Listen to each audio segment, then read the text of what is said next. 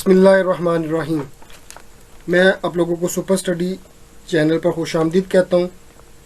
आज की इस वीडियो में मैं आप लोगों को नम्स यूनिवर्सिटी में एडमिशन के लिए क्या प्रोसीजर है वो सारी डिटेल्स बताऊंगा।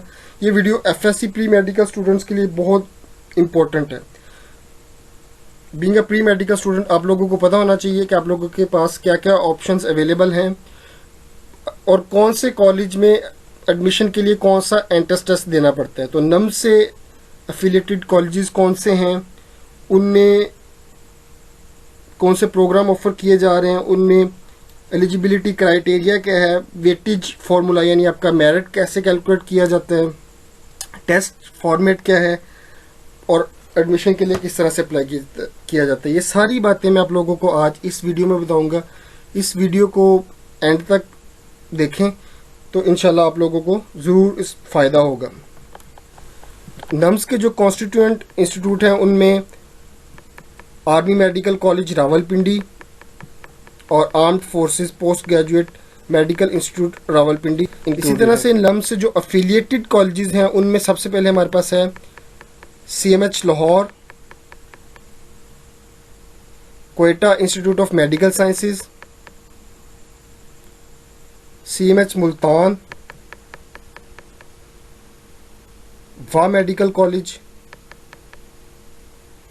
Hi tech Institute of Medical Sciences Taxila, Karachi Institute of Medical Sciences, CMH Bahawalpur, CMH Kharian. तो बच्चों आप लोगों को अगर इनमें से किसी एक कॉलेज में एडमिशन लेना है तो आप लोगों को नम्स का एंट्रेंस टेस्ट लाजमी देना पड़ेगा, तभी आप इन कॉलेजेस में एडमिशन के लिए अप्लाई कर। नम्स या उससे जो एफिलिएटेड कॉलेजेस हैं उनमें कौन कौन से प्रोग्राम ऑफर किए जाते हैं उनके बारे में देखते हैं।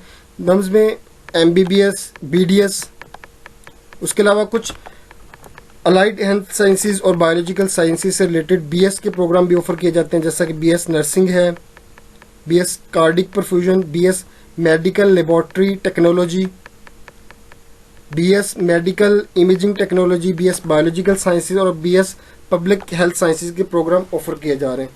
तो इन सब प्रोग्राम के लिए एलिजिबिलिटी क्राइटेरिया डिफरेंट है। सबसे पहले बात करें क्राइटेरिया MBBS के लिए क्या है। ओपन मेरिट सीट्स के ऊपर अगर आपने नम्स में अप्लाई करना चाहते हैं, उसके MBBS के लिए अप्लाई करना, तो आप लोगों के मिनिमम 70% मार्क्स होने चाहिए FSC में। इसी तरह नम्स का जो एंट्रेंस टेस्ट है उसमें आप लोगों के 60% मार्क्स होने चाहिए। तो ओवरऑल FSC और मैट्रिक ओवरऑल FSC और एंट्रेंस टेस्ट के मार्क्स मिला के आप लोगों के अगर 70% एग्रीगेट बनता है तभी आप MBBS के लिए अप्लाई कर सकोगे। इसी तरह से अगर BDS के लिए अप्लाई करना है तो आपको ओवरऑल एग्रीगेट 60% बनेगा तभी आप अप्लाई कर सकोगे। अगर इससे कम बनता है तो आप अप्लाई नहीं कर सकोगे। एज की अगर बात करें तो मिनिमम एज 17 और मैक्सिमम 25 साल हो सकती है, और ये भी कंडीशन है कि at the time of admission candidate जो है वो अनमैरिड हो। अच्छा, अब ये जो लास्ट वाली 2 कंडीशन है ये उन स्टूडेंट्स के लिए जो फॉरेन स्टूडेंट्स हैं या वो किस तरह से अप्लाई कर सकते हैं, उनके लिए क्या कंडीशन है। उसके लिए ये है कि वो SAT 2 एग्ज़ाम की बेस पे अप्लाई कर सकते हैं, और उनमें ये है कि उसके फिज़िक्स या मैथ, बायो और केमिस्ट्री सब में 550 मार्क्स मिनिमम हों, या फिर फॉरेन MCAT जो है उसमें उनके 500 मार्क्स हों, तभी वो अप्लाई कर सकते हैं या एलिजिबल होते हैं अप्लाई करने के लिए।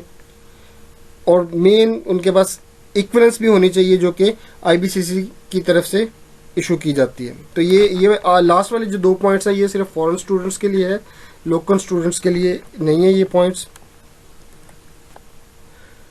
अच्छा, बात करते हैं BS प्रोग्राम जो हैं उनके लिए एलिजिबिलिटी क्राइटेरिया क्या है। BS प्रोग्राम के लिए आपके FSC और मैट्रिक दोनों में 50% मार्क्स होना लाजमी है, और नम्स जो अलाइड साइंसेज का एंट्रेंस कंडक्ट करती है उसमें भी आपको 50% मार्क्स लेना पड़ेंगे। इसी तरह से नेट जनरल या नम्स का जो बायोलॉजिकल टेस्ट है उसमें भी आप लोगों को 50% मार्क्स अगर आप गेन करते हैं तो आप इसके जो BS प्रोग्राम्स हैं उनमें आप अप्लाई कर सकते हैं। Weightage formula for admission in nums. Weightage formula में 50% वेटेज FSC की है और 50% एंट्रेंस टेस्ट की। नम्स के जो मेरिट बनता है उसमें मैट्रिक के मार्क्स को इंक्लूड नहीं किया जाता, सिर्फ FSC और एंट्रेंस टेस्ट की बेस पे आपका ओवरऑल मेरिट जो है वो कैलकुलेट किया जाता है।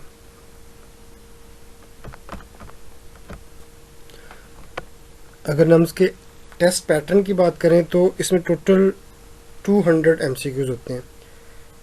80 बायोलॉजी के, 60 केमिस्ट्री के, 40 फिज़िक्स के और 20 MCQs इंग्लिश के। टोटल जो अलाउड टाइम है वो 150 मिनट्स हैं। टोटल मार्क्स 200 हैं। और सबसे इम्पोर्टेंट बात, नम्स के एंट्रेंस टेस्ट में नेगेटिव मार्किंग नहीं होती।